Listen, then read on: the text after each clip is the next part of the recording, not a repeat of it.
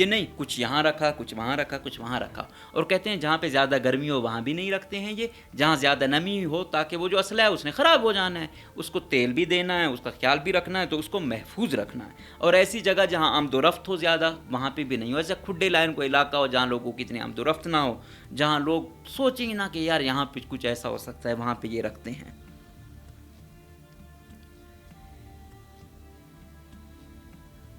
پھر کہتے ہیں کہ ذخیرہ کرنے کے لیے ساز و سامان, وہ کہتے ہیں جو پی وی سی پائپ ہے ایک یہ اس میں رکھا جاتا ہے. 2 عدد ایڈاپٹرز, کسی بھی چیز کے 2 پرزوں کو ملانے والی چیز جو خود ایک دوسرے سے مل نہ پائیں, پائپ کے دونوں اطراف کے لیے. یہ کیا ہے کہ بھائی ایک پائپ آپ نے لیا, اب آپ نے دوسرا کیا لینا, اس کے اندر رکھا. اب پائپ کو ایک سائڈ سے بھی بند کرنا ہے, دوسری سائڈ سے بھی بند کرنا ہے, ایک سائڈ سے تاکہ شک ہی نہ جائے اس طرف. یہ ایسے کرتے ہیں. پھر ان کا ہوتا ہے 2 عدد بند ڈھکن ایڈاپٹرز کے لیے, کہ اگر وہ ایڈاپٹر نے تو اس کو وہ کرنا ہے, جو ایڈاپٹرز کو آپ نے بند کرنا ہے اس کے لیے بھی ڈھکے ہوں. پھر پی وی سی پرائمر ہے, پھر پی وی سی جو سیمنٹ ہے وہ ہے. مطلب ہر طریقے سے کہ اس طرف نظر جائے ہی نہ. بعد میں جاؤ تو اگر سیمنٹ لگا بھی ہوا ہے اس کو کوئی ایسی چیز جس سے اس کو توڑا جا سکے, اور پھر اپنی چیزیں یہ لے جاتے ہیں.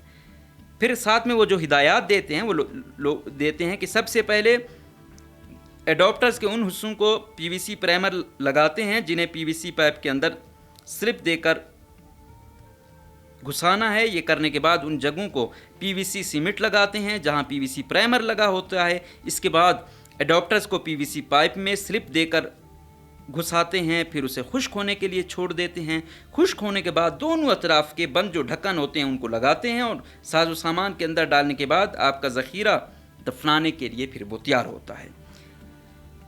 اب اہم ہے, کل بھی ہم نے بات کی تھی کہ کور سٹوری, ایک افسانوی کہانی جسے آپ اپنی شناخت چھپانے کے لیے تخلیق کرتی ہیں. تو جو بھی انسرجنٹ ہوتا ہے, یا اسے آپ سرمچار کہیں, یا آزادی پسند کہیں, یا شدت پسند کہیں, عسکریت پسند کہیں, ہر ایک کی اپنی اپنی ڈیفینیشن ہے, وہ ان کو انداز میں دیکھتا ہے کہ کسی بھی آپریشن کو سر انجام دینے کے لیے کور سٹوری ہر ایک کے پاس ہوتی ہے. یہ ان کو سکھایا جاتا ہے ٹریننگ میں. یہ مخالف کو جاری آپریشن کا سراغ لگانے سے بچاتی ہے اور ممبران پر کسی بھی قسم کے شک کو دور کرتی ہے. جس طرح میں نے کہا کہ یہ کیا کرتے ہیں, کور سٹوری ہوتی ہے, حلیہ اپنا مقامی رکھتے ہیں, جہاں جا رہے ہوتے ہیں ان سے پوچھا جاتا ہے تو وہ کہتے ہیں ہاں میں یہاں جا رہا ہوں, میرا یہ کام ہے. تو ایسی کور سٹوری ان کے پاس لازمی ہوتی ہے. کسی بھی کور سٹوری کے مشکوک علامات, مطلب وہ ہے کہ یہ اگر آپ کی کور سٹوری ہے اس میں مشکوک کیا ہے, رویہ, سلوک, کہ آپ رویہ کیا رکھتے ہیں. کہ آپ اکثر دیکھتے ہیں سیکیورٹی فورسز والے سوال کرتے ہیں بھائی کیسے ہو, پھر کہتے ہیں ہاں شناختی کارڈ دکھاؤ, کہاں سے تعلق ہے, کیا کرتے ہو. تو وہ یہی چیزیں دیکھ رہے ہوتے ہیں, ان کو بھی ٹریننگ میں یہ چیزیں بتائی جاتی ہیں. گھبراہٹ کی علامتیں, عجیب و غریب رویہ, ایسا ظاہر ہونا کہ آپ جھوٹ بول رہے ہیں یا معلومات کو چھپانے کی کوشش کر رہے ہیں. غیر معمولی سفری دستاویزات, کہ اگر آپ کا وہ دیکھتے ہیں کہ آپ کے پاس اتنی زیادہ وہ ہیں تو وہ بھی آپ کو وہ کرتے ہیں. اب شناخت, وہ کہتے ہیں کہ شناختی کارڈ میں موجود علامات کے ساتھ یکسانیت میں کمی, کہ اگر آپ دیکھیں کہ ہاں بھائی کہاں ہو, کہاں سے تعلق ہے. اب ایک بندہ یہاں آیا ہو, اس کا تعلق ہو کسی اور جگہ سے ہو اور وہ کسی اور ڈسٹرکٹ کا ہو. کوئٹہ تو چلو ایک عام ہے. اب سپوز کیا کلات میں ایک شخص آیا ہوا ہے اور وہ آیا ہوا ہے بارکھان سے. اب بارکھان میں ایک شخص آیا ہوا ہے وہ تربت سے ہے, تو ادھر وہ آیا کہ بھائی آپ یہاں کیا کرنے آئے ہو, آپ یہاں کوئی سرکاری ملازم بھی نہیں ہو, آپ یہاں پہ کوئی ایسا کاروباری بھی نہیں ہو. تو ہاں, تو پھر اس پہ شک اس طرح بڑھ جاتا ہے. پھر کہتے ہیں کہ شناختی کارڈ جاری کرنے والے ملک کی زبان بولنے سے قاصر ہونا. یہ تو ہم جو بات کریں انٹرنیشنل اس میں ہے کہ اگر آپ کو ایک چیز آ گئی ہے, کیونکہ انسرجنٹ جو ہوتے ہیں مختلف ملکوں میں بھی جا کے وہ کرتے ہیں, جس طرح آپ کرد ہیں, کرد مختلف ملکوں میں لڑ رہے ہیں. تو اگر آپ کا شناختی کارڈ ہے اور آپ اس کی مقامی زبان نہیں بول سکتے تو پھر وہ کہے گا کہ ہاں گڑبڑ ہے. پھر آپ کی ملکیت میں موجود مال و اسباب, کپڑے اور دوسری اشیاء کا آپ کی کہانی اور شعبے سے مطابقت نہ رکھنا. غیر معمولی ساز و سامان, ساتھ لے جانے والے سامان کی مقدار یا جسامت, کہ اگر آپ کے پاس حد سے زیادہ کوئی چیز ہے تو پھر وہ آپ کو ایزلی آپ شناخت میں آ جاتے ہیں. پھر ہے مختصر انٹرویو, کہ سیکیورٹی فورسز کسی بھی ممبر سے ایک مختصر انٹرویو لیتے ہیں تاکہ وہ مزید معلومات حاصل کر سکیں اور جان سکیں کہ علاقے میں اس کے ہونے کی کیا وجہ ہو سکتی ہے اور اس کی شناخت کر سکیں. یہی چیز ہے کہ جو سیکیورٹی فورسز، انفارچونیٹلی ہماری جو سیکیورٹی فورسز ہیں اس میں اس طریقے سے نفسیاتی وہ نہیں کیا جاتا. یہی ہم کہتے ہیں کہ بھائی کمانڈو ٹریننگیں تو دی گئیں، وہ کرایا گیا، لیکن سائیکالوجیکل کیا کیا گیا کہ لوگوں سے اچھا ٹریٹ کیسے کرنا ہے، لوگوں کو ناراض کیسے نہیں کرنا. تو وہ ایسے ہیں کہ وہ باتوں باتوں میں مختصر انٹرویو میں پہچان جاتے ہیں کہ کیا ہے کیا نہیں ہے. پھر کہتے ہیں کہ سیکیورٹی فورسز کے توجہ کا مرکز آپ کی جسمانی حرکات، سلوک اور بولنے کا انداز ہوگا، تاکہ وہ جان سکیں کہ آیا ممبر سچ بول رہا ہے یا جھوٹ بول رہا ہے یا معلومات چھپا رہا ہے. سیکیورٹی فورسز ممبر کو اس کے علاقے کی موجودگی کی وجہ پوچھ سکتے ہیں، وہ ممبر کا معائنہ کر سکتے ہیں اس کے پاس کیا ہے، اور آپ کی گاڑی کا بھی معائنہ کر سکتے ہیں. وہ اپنے ڈیٹا بیس میں ممبر کی شناخت کو بھی چیک کر سکتے ہیں، حتیٰ کہ وہ ممبر کے پاس الیکٹرانک آلات، موبائل، لیپ ٹاپ وغیرہ بھی معائنہ کر سکتے ہیں، حتیٰ کہ وہ ممبر کی مہیا کی گئی معلومات کی تصدیق کر سکتے ہیں تاکہ وہ دیکھ سکیں کہ آپ واقعی سچے ہو. وہ ممبر کے سوشل میڈیا پروفائل کو بھی دیکھ سکتے ہیں، وہ ممبر کی چیزوں میں منشیات، ہتھیاروں اور کسی بھی مجرمانہ عمل کی اطلاعات کو ڈھونڈ سکتے ہیں. جھوٹ بول سکتے ہیں کہ وہ سیل ممبر سے متعلق معلومات رکھتے ہیں. دھوکہ دہی کے لیے مختلف طریقے استعمال کرتے ہیں تاکہ ممبر حقیقت اگل سکے. تو سیکیورٹی فورسز والے بھی ان پہ، آپ پولیس تھانوں میں جاتے ہیں وہ آپ پہ چڑھائی کرتے ہیں. تو یہ کیا کرتے ہیں، انٹرویو کرتے ہیں، ہاں کون ہو، کیا ہے، موبائل دکھاؤ، آئی ڈی دیکھی، کیا چیز شیئر کی ہوئی ہے، کن سے رابطے میں ہے. کہتے ہیں ہاں بھائی ہمیں پتہ ہے آپ کس سے تعلق رکھتے ہیں. وہ اپنا وہ پریشر ٹیکٹکس استعمال کرتے ہیں جو تیز ہوتے ہیں. وہ پھر اس طریقے سے ان کو جو زیرک لوگ ہوتے ہیں وہ پہچان بھی جاتے ہیں. اب وہ کہتے ہیں کہ انسرجنٹ جو ہوتا ہے وہ انٹرویو کے ساتھ نمٹتا کیسے ہے، اس کا کیا ہے کہ اب ایک تیز سیکیورٹی فورسز کا گروپ آ گیا، اسے ٹیکل اب کیسے کرے گا. وہ کیا کرتے ہیں کہ ممبر کو مربوط اچھے سے مشق کی گئی اور معلومات کور سٹوری کی ضرورت تو ہوتی ہے. اس کے پاس سوالوں کا سادہ اور معقول جواب ہوتا ہے. اسے یہ جاننا ضروری ہوتا ہے کہ سوالوں کے جوابات کیسے دینے ہیں. وہ جیسے پوچھا گیا کہ تم یہاں کیا کر رہے ہو، تو وہ کہتے ہیں کہ اسے ضرور اس بات کو یقینی بتایا جاتا ہے کہ اس کا سامان اس کی کہانی کے مطابق ہو اور اس کے پاس کوئی مجرمانہ چیز نہ ہو. کہ اگر آپ کو پتہ ہے کہ آپ اس علاقے میں ہیں اور اب ایسے پھر رہے ہیں، سیکیورٹی فورسز والوں نے پکڑا ہے، تو آپ کے پاس کور سٹوری ایسی ہو کہ لوگ یقین کریں. اس کے ساتھ وہ کہتے ہیں کہ اسے ضرور اس بات کو یقینی بناتا ہے کہ وہ تیار ہے، لیکن بالکل بھی ایسا نہیں لگنا چاہیے کہ ان کے سوال و جوابات کے لیے پہلے سے تیار ہے. جب وہ تحریری کہانی پڑھ رہا ہو اسے تھوڑا پریشان، بے چین ہونے کی علامات بھی دکھاتے ہیں. اسے ضرورت سے زیادہ معلومات بھی نہیں دیتے اور اپنے جوابات سادہ رکھتے ہیں. وہ کہتے ہیں کہ ان کو ٹریننگ کرائی جاتی ہے کہ اگر آپ پکڑے گئے ہو، یہ علاقہ ہے، آپ سے پوچھیں گے تو آپ نے کیا کرنا ہے. پھر ان کے سوال و جواب آپس میں بھی ہوتے ہیں تاکہ کل جب پھنسے تو یہ جوابات دیں. تو وہ کہتے ہیں کہ جب سیکیورٹی فورسز والے ان کو پکڑتے ہیں اور یہ وہ سٹوری نریٹ کرتا ہے تو یہ پھر اس انداز میں بھی نہیں کہتا کہ اس نے رٹی رٹائی ہو. یہ پھر بڑا پریشان بھی ہوتا ہے، طریقے سے الفاظ بولتا ہے تاکہ مجھ پہ شک نہ جائے. اور پھر اس کے ساتھ کیا ہوتا ہے اگلا لمحہ کہ جو ممبر ہوتا ہے کسی بھی قیمت پر اپنی کور سٹوری کو برقرار رکھتا ہے، حتیٰ کہ اگر سیکیورٹی فورسز کو لگے کہ ممبر جھوٹ بول رہا ہے اسے وہ پھر بھی اپنی کور سٹوری برقرار رکھتا ہے. زیادہ امکان یہی ہے کہ سیکیورٹی فورسز ممبر کو جانے دیتے ہیں اگر وہ اس کہانی پر ڈٹا رہے، کیونکہ وہ اسے سوال و جوابات کریں گے، ادھر ادھر ہر طریقے سے اس پر پریشر ڈالنے کی کوشش کریں گے. اگر اس نے تھوڑی سٹوری ادھر ادھر بدلی بس وہ پھنس جاتا ہے.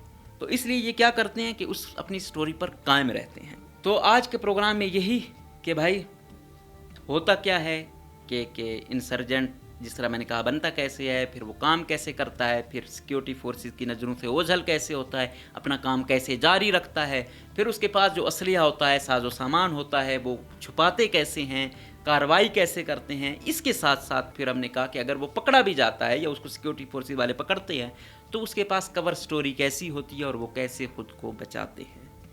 تو امید ہے کہ یہ والا فیز بھی آپ کو پسند آیا ہوگا اور انشاءاللہ ہم کوشش کریں گے کہ بلوچستان کی صورتحال پوری دنیا میں جہاں جہاں ہے، وزیرستان کی صورتحال جہاں جہاں کوئی انسرجنسی ہے اس کو ہم سمجھنے کی کوشش بھی کریں گے کہ یہ وجہ کیا ہے، اداروں سے لوگ بدظن کیوں ہوتے ہیں، ظلم کیا ہوتا ہے، شدت پسند کیسے بنتا ہے، شدت پسند ایکسٹریم پہ پھر کیسے جاتا ہے، پھر وہ کیسے عام سیکیورٹی فورسز اور باقیوں میں تفریق کیسے ختم کرتا ہے، تو اس پر آپ کو اپڈیٹ کرتے رہیں گے۔